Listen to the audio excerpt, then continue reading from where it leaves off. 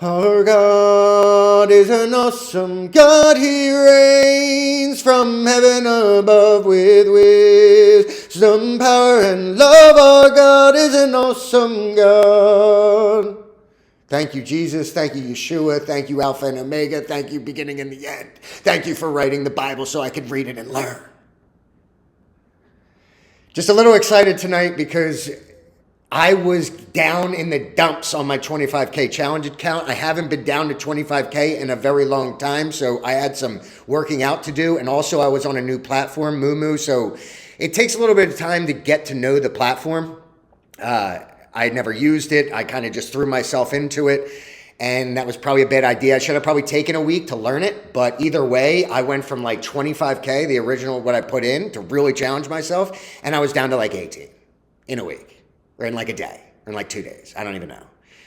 And I was like, okay, so my entire reputation is shot. I'm going to lose this within the first month. Like, what am I doing? Relax, calm down. You're over trading. You're acting like you have more money than you have. You have to keep the 25K threshold. You've fallen way too far behind it. It's time to work to get it back above it. So in the last 2 days on Thursday, Friday, and just overnight trading today, I'm back at 26.6.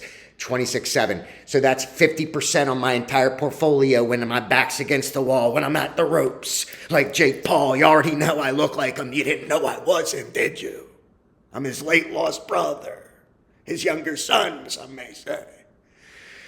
So I came back, and now I'm at 26.6, and I'm in the clear. That's why I sold the KOLD play. I was up 20% right off the bat. I'm not taking chances. Now, if you're still in KOLD, you're probably in a good spot because it's locked in 1630 and 1631. Usually when you see this in overnight trading, now I've never had it. I've never had overnight trading.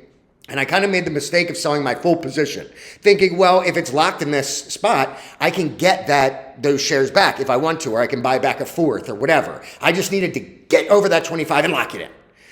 But now I'm salty because I didn't realize it with overnight trading. I can't buy my shares back. They have to be on the bid, and the bid is like 330,000. It's locked in. So, in other words, what I do in this position is I just chill. I've done my job. I made 20% in a flash. That's enough for me. I was all in with 22.3. Because I had made some money back, and this put me over the edge, so I'm good. But if you're a 1 a.m. trader or you're a 4 a.m. trader, I'm talking West Coast times here, you're probably still in a very good spot, and you'll probably catch 10% right off the bat at 1 a.m. open or 4 a.m. open for the East Coast. But you live and you learn. I would have sold 3/4 of my position if I knew that I couldn't get my shares back. But again, it's okay. I'm locked in. I don't have a thing to worry about. I don't have to wake up at 1 a.m. I'm going to sleep until 9 because I think that the market is in a treacherous spot. It's very up and down. I think that anything that runs in the morning is going to get shut down quick. It's going to knife hard. So I'm not going to press the envelope now. I got over the threshold. I'm back to where I should be. And now it's time to continue to hold that instead of falling back under it and going crazy. So we're going to just look at what I saw on Friday and why I chose to do that.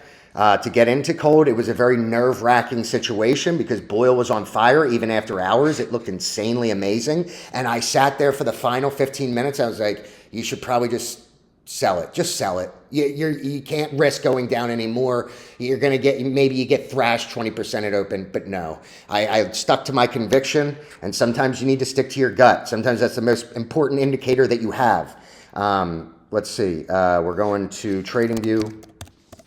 Again, I don't use TradingView when I'm trading. It's just something that gives a better idea of a chart from a charting perspective. But I just use the in-app tools. KOLD.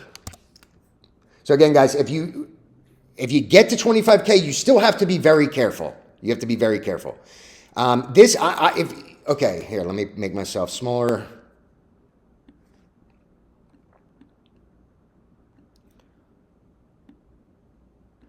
This is my bad side, but whatever. Okay, so I'm pretty sure you can see this, but as you can see, KOLD has just been thrashed for too long. It was trading a couple weeks ago up at $50. Now it was at $13.5. Now, if you zoom out, you can see that a previous, and this is kind of why I was looking at, no, where is it? It's further back. Okay, here it is. So this is why you got to zoom out sometimes. If you can see right here, this was a previous resistance that it got above and just went ape shit. So I was like, all right, that's got to be near support.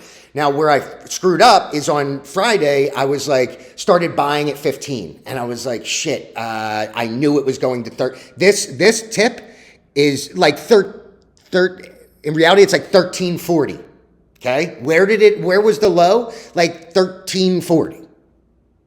So I knew, I told myself, just wait until it gets to 1340, but I had that FOMO and I jumped in at 15 and then I found myself averaging down when I knew I should have just waited for 1340. But that's neither here nor there. Still made money on the trade, but that's something how you can zoom out and you can look, okay, this would look like a previous, resistance. And once it got above it, it really broke through. So chances are that this move is going to stop at 1340 or close to it. It stopped at, like, it was literally right there. Okay. Now it gaps up 20%. Another thing that you can see with KOLD and Boyle is the 2 times bullish ETF on NatGas. KOLD is the opposite. It's the bearish 2-time ETF. You can see that whenever they have these blow off tops, they tend to reverse very hard the next day. So in my mind, I saw the support at that or the previous resistance and the support at 1340. I knew that it was a blow off top. It was a gap down on KOLD that was probably going to reverse. I took my chances. I figured Iran was not going to do anything over the weekend. There's too much talk about it. Trump doesn't like to talk about it. He also doesn't like energy prices high. So in my mind, he's like, they're not going to actually attack Iran. Now you got oil gapping down because the sentiment is gone. The tensions are lowered.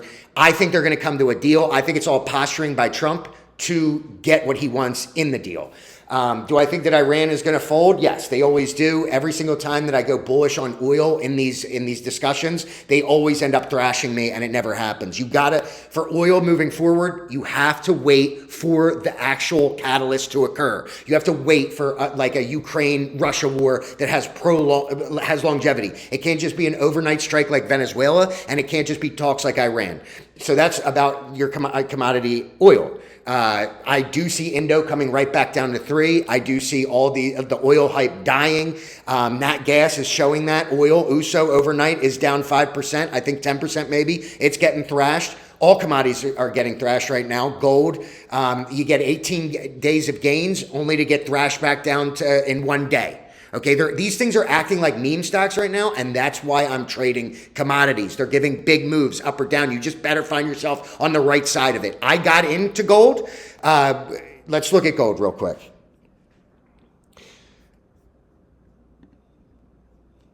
GLD is usually what I use to pay attention to it. Yeah, I mean, it looks like it was just going to go to the moon, but you had way too much. Now, look, if it comes back down to, like if GLD comes back down to 401, maybe it dips down below 400, that's a good time to buy it back. Now, it also could stop right here and reverse and start doing one of these things. But I think that everybody that bought up here is panic selling, and they're going to dump it into support. And I think that support is going to it's going to be right here at like 400. That's my personal perspective on gold. I don't think it's done yet. I don't think it's just going to knife all the way back down. You just got to wait for it to find support. So that's gold. And as far as everything else, listen, I got to go because I have people coming over for carne asada, and I got to like do my dishes and shit. But either way, sometimes like with KOLD, for me on Friday, you're reading the boards, you're trying to gauge the sentiment. Everybody's bullish on Boyle, everybody's bullish on NatGas. I told you guys, one of the main things that I was going to be focused on this year was when everybody's bullish, go bearish. When everybody's bearish, go bullish. So as bad as it looked, as bad as my chances looked on Friday, that idea to fade it, even though everything in my body was like, no, go with what's going good. That's what everybody does. Do you understand? That's what everybody does. Boyle holders are like, we're going to Vegas in 2 days. We're going to Vegas. It's going to 60. NatGas is going to 7. We're going to Vegas. We're all going to get a hotel room. Okay, we're all going to be millionaires. We're all going to do it. We're all going to have fun. We all going to go on a boat. We all going to paraglide, go in a hot air balloon. When people start saying shit like that, fade it. When people are like, I'm going to lose all my money, I'm going to lose my house, I'm going to lose my cars, I'm going to lose my house, I'm going to lose my kids, I'm going to lose my wife, I'm going to lose my family, I'm going to lose my shoes, I'm going to lose my socks. you buy it. And when you're unsure, but you've made a decision and you have conviction, do this.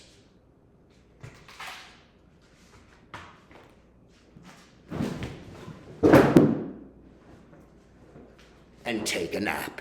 Go to sleep. Walk away, put the phone down, get your face off the screen, and take a walk.